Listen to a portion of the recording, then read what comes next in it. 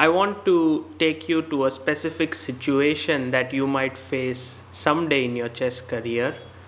Suppose you have won a tournament with one round to spare, okay, and the tournament is decided, you are the champion, however, you have to play the last round.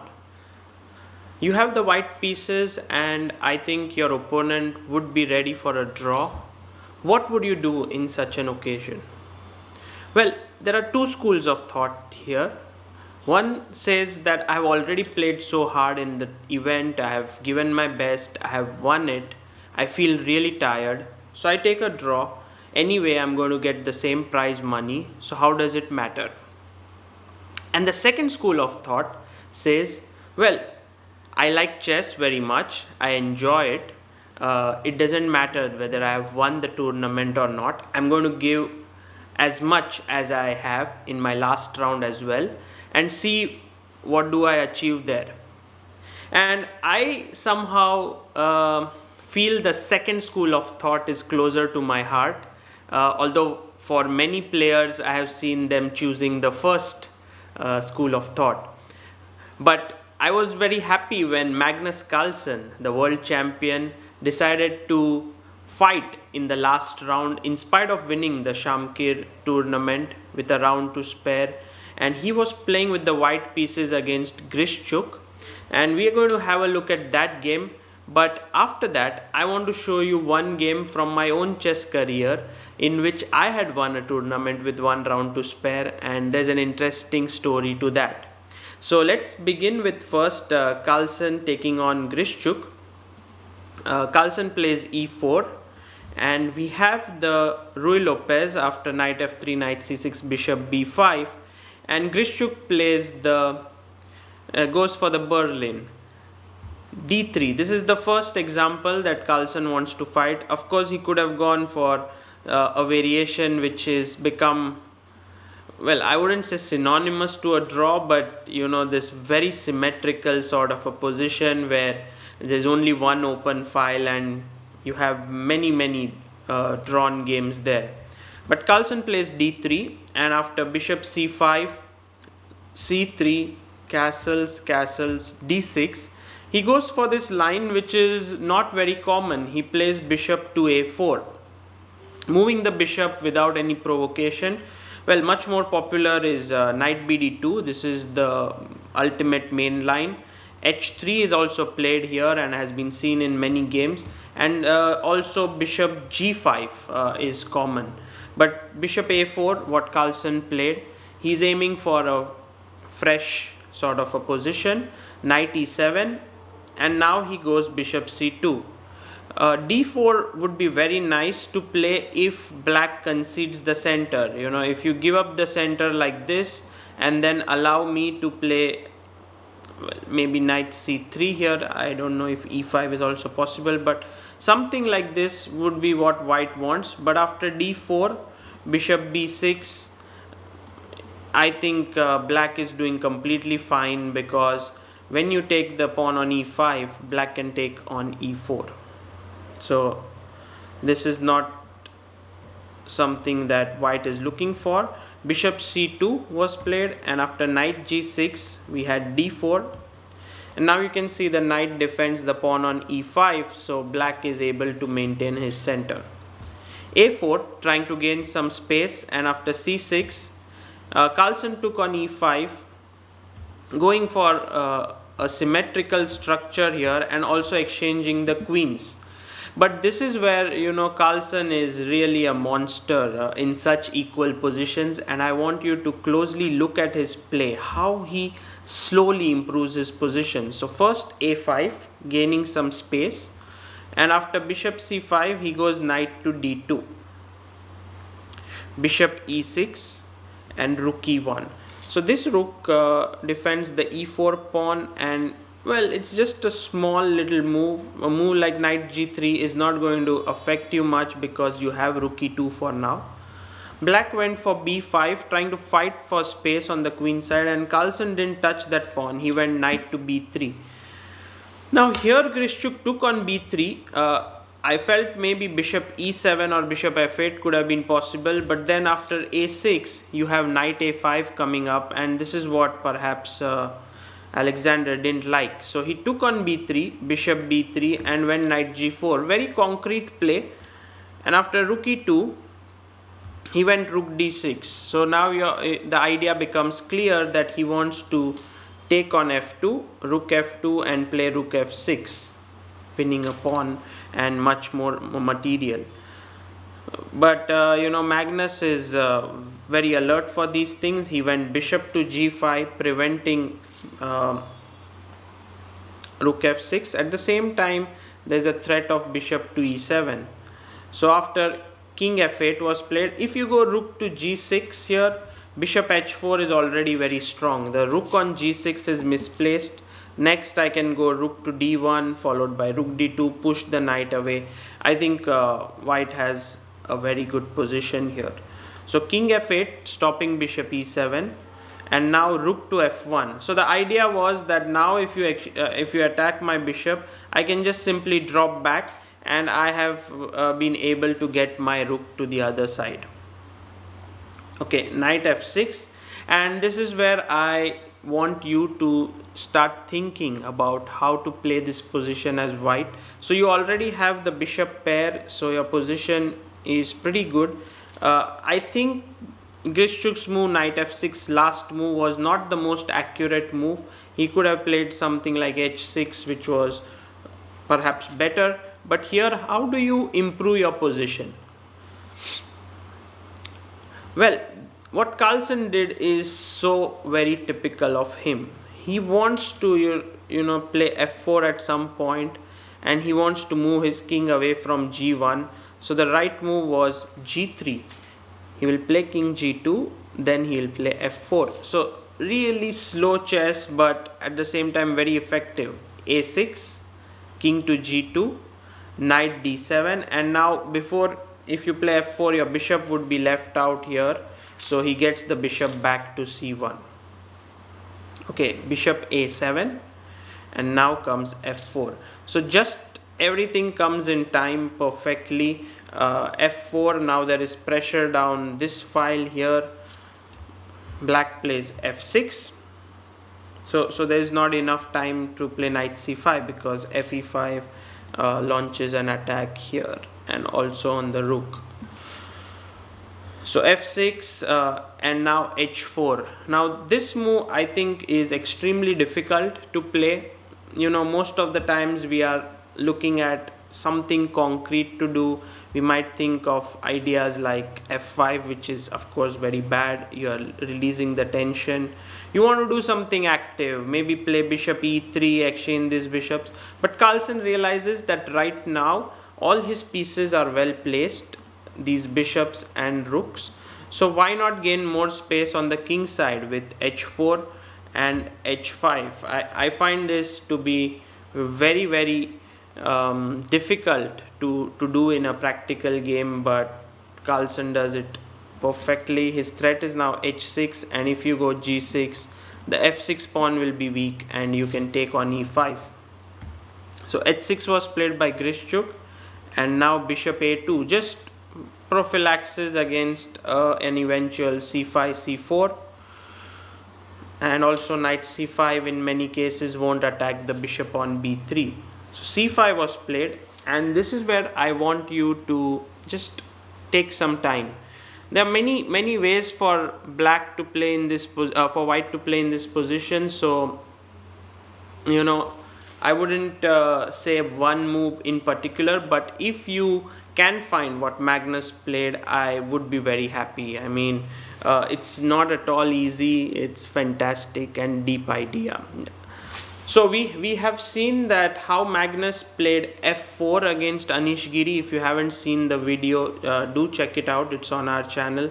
And he gave up the e3 pawn. Then he gave up his h5 pawn against Karyakin, a pawn sacrifice. So pawn sacrifices have been in vogue for the world champion, and he does the same again here with bishop to e3. Now, when you are analyzing such a game, a very good idea to do here would be to give the move to your opponent. So if you give the move to black, you will realize that his idea is to play the move c4, and after c4 the bishop becomes active on a7, and yes, white can play b3 and still claim a small advantage, but most of his edge is lost. With bishop e3, what Carlsen is doing is he's preventing the pawn from advancing to c5 and making this bishop really passive.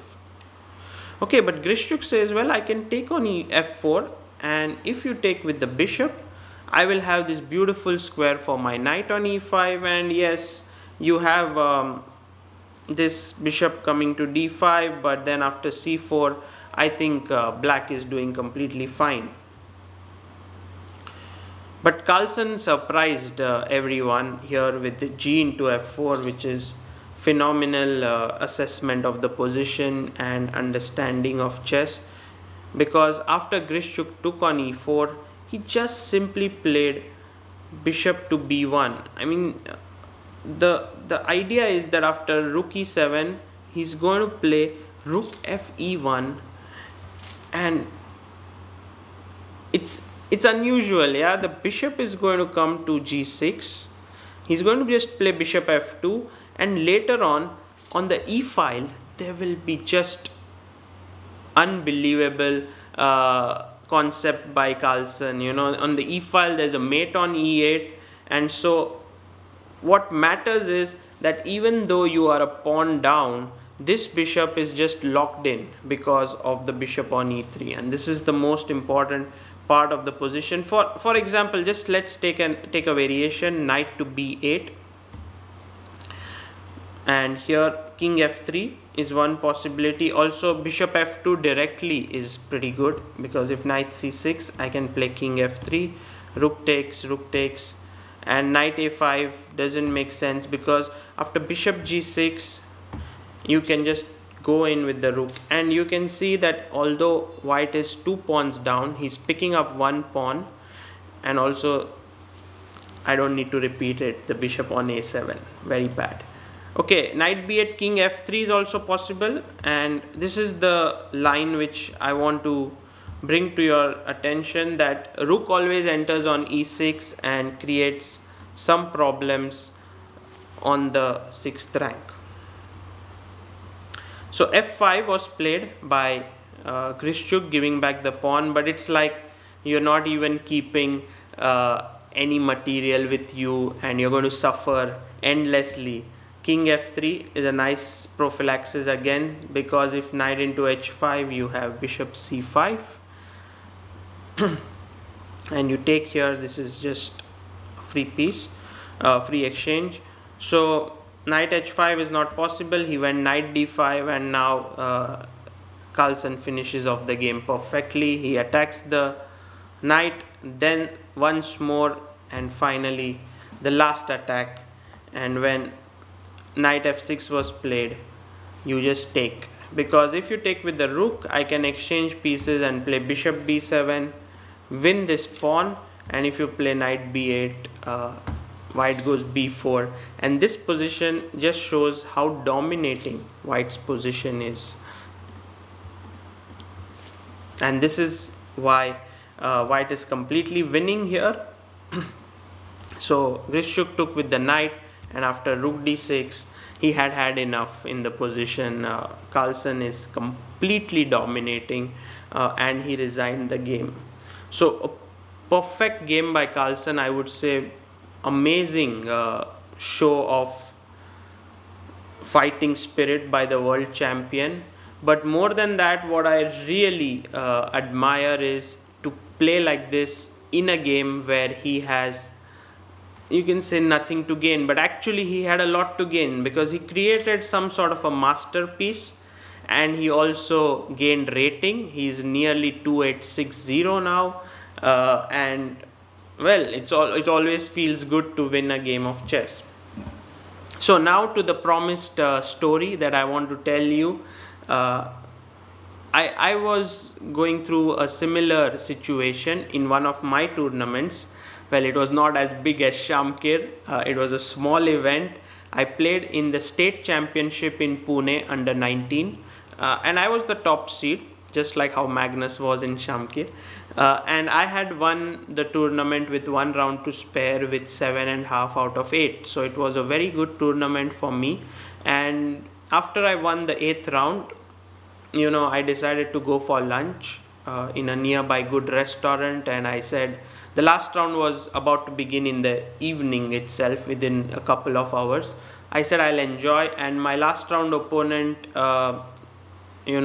felt that I would accept a draw anytime, and I was also okay. Like I will do so. I will accept the draw. And when I was eating my food, my coach, who was my first coach, he was not training me at that point, Mahesh Ved, he called me and he congratulated me on my victory, and he wished me good luck for the last round. And I told him, well, why wish me good luck now? I'm just going to take a draw in the last round. And that's when he told me something important, that playing for a win when there is nothing at stake is a matter of attitude. And I should be ruthless. This is what he told me on the phone. And I thought about it, and I said to myself, yes, this resonates with me. I feel like I should play. A lot of the principles that are formed in your chess life happen over an incident. So this incident sort of made me into a fighter. After this, I have never really taken a draw like this, which was predetermined or something on that lines, because I realized that this is not correct. Yeah. So I went to the board, and much to my opponent's surprise, I didn't chat with him before the game, and I played my move d4. My opponent was a player from Pune, Salil Rabde. Of course, there was a big rating gap, but I really like this game, and I'm so glad that I played this, because if I didn't play this game, I wouldn't have been able to create such a nice game that I can show you right now. So knight c3, and he played the King's Indian, and I played the Zamish. It was my favorite weapon. Knight g2, and I like this move, knight g2 against the Zamish. If you would like to find a weapon against the King's Indian, I would recommend this to you, and also suggest to you the games of Abhijit Gupta, who plays this with white all the time. Okay, so after knight g2, he played e5, and I went bishop to g5. This is theoretical, I knew it. c6, queen to d2, queen a5 was played, and I long castled. So I had seen a couple of games in this line. Alexei Drew plays this a lot, so I had some idea. And after knight d7, I played king b1, preparing a very interesting move. a6 was played, and now the question is, what should white play here?